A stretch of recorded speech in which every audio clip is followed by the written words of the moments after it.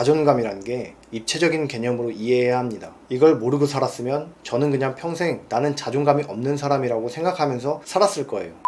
자존감이 낮은 사람들 특징 같은 걸 보다 보면 다 내 이야기 같고, 그래서 저는 자존감이 낮은 사람인 줄 알았습니다. 그런데 그게 아니더라고요. 내가 약한 부분과 그나마 괜찮은 부분들이 있을 수가 있다는 거예요. 자존감을 제대로 이해하게 되니까 내가 이런 쪽에서는 자존감이 부족하진 않았구나 라는 걸 알게 되면서 말 그대로 자신감이 조금씩 생기게 되었습니다. 저는 가정 환경이 자존감이 높을 수가 없는 그런 환경에서 자라왔는데요. 지금도 이건 사실 극복은 안 되는 것 같아요. 평생 안 될 것 같긴 합니다. 그래도 지금은 자존감을 제대로 이해하게 되면서 내가 키울 수 있는 자존감이 있다는 걸 알게 되었고, 그 부분에 집중을 하다 보니까 자연스럽게 자존감이 전체적으로 상승나선을 그리면서 올라오게 되는 경험을 하게 되었던 거죠. 이 경험을 여러분들과 함께 공유해보고 싶어서 영상을 만들게 되었습니다. 자존감에는 크게 두 가지 형태가 존재한다고 합니다.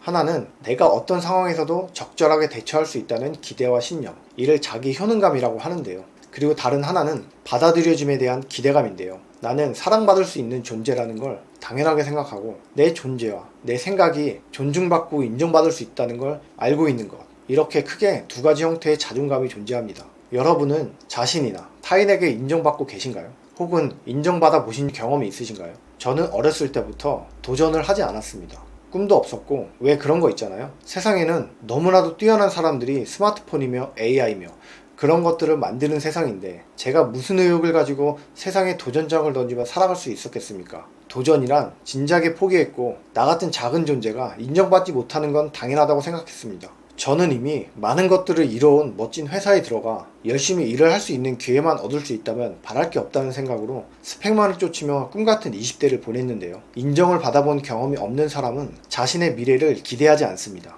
도전하지 않고 시도하려 하지 않습니다. 평균에 뒤처지지 않는지가 그들에게 최대의 관심사이며 오직 평균을 위해 세상을 살아갑니다. 저는 뒤늦게 사회 경험을 시작해서인지 저에게 사회란 한없이 두려운 존재였고 극복할 수 없는 존재라 여겼습니다. 어떻게 해서든 적응만 하자라는 생각으로 시작했던 사회생활이었지만 막상 실제로 경험한 사회는 별게 아니었습니다. 치열했던 겉에서 보는 세상과는 달리 어설프기 짝이 없었고 너무 두려웠기에 그만큼 실망감도 컸습니다. 세상은 내가 생각했던 것만큼 두렵지 않을 수 있겠구나라는 막연한 자신감이 들면서 도전을 두려워하지 않게 되었고, 마음속에 작은 도전정신이 조금씩 싹트기 시작했던 것 같습니다. 제가 뛰어나서가 아니라 세상에 너무 빈틈이 많다는 걸 모르고 살았던 거죠.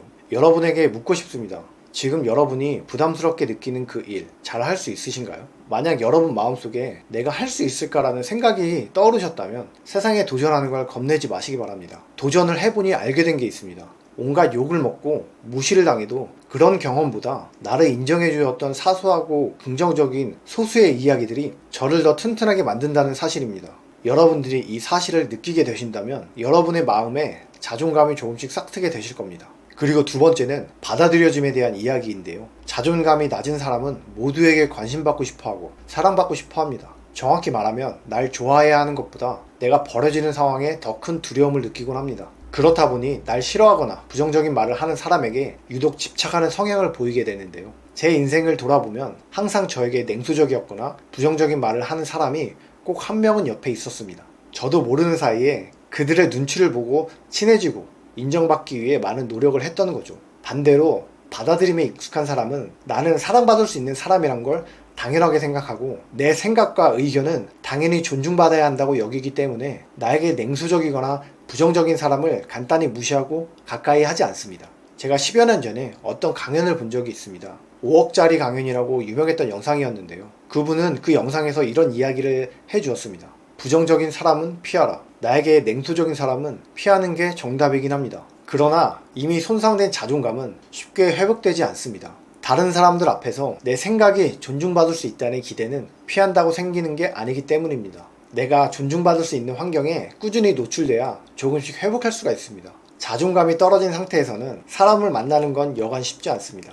결국 우리는 내 스스로 떨어진 자존감을 회복해야 하는데요. 위에서 저는 자존감 회복의 상승나선을 말씀드렸습니다. 내가 존중받을 수 있다는 생각은 결국 자신에 대한 기대에서 시작합니다. 자신의 성취 혹은 나은 면을 조금씩 돌아보고 기대하는 자신을 보게 된다면 자존감은 조금씩 상승나선을 그리며 회복하는 모습을 볼 수가 있습니다. 회복된 자존감은 좋은 사람을 만나는 기틀이 되어주고, 좋은 사람은 나를 더 좋은 사람으로 성장시키는 원동력이 되어 돌아오게 될 것입니다. 이것 말고도 자존감에는 다양한 면이 존재하는데요. 여러분의 다양한 면을 자존감이라고 하는 하나의 단어로 뭉뚱그려 수위를 정하신다면 여러분 자존감은 상승의 동력을 얻기 어려우실 수도 있으실 겁니다. 제가 그랬던 것처럼요. 자신의 여러 가지 면을 돌아보고 내가 회복하기 어려운 면에 붙잡혀 있기보다 사람은 누구나 괜찮은 면이 있기 마련입니다. 나에게 조금 괜찮은 면에 집중해서 자존감을 조금씩 회복시키는 것부터 시작해 보시는 건 어떠신가요? 한번 회복 루트에 진입한 자존감은 서서히 상승하면서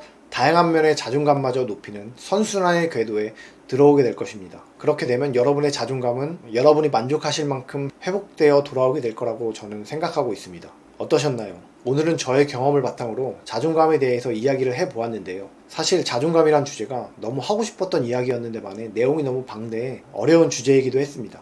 여러분이 겪고 있는 고민들이 있다면 언제든 댓글에 남겨주시고 함께 다양한 고민을 저처럼 공유하면서 이야기를 해보면 좋을 것 같습니다. 오늘의 영상은 여기까지입니다. 이야기가 도움이 되셨다면 구독과 좋아요 부탁드리면서 마무리하겠습니다. 감사합니다.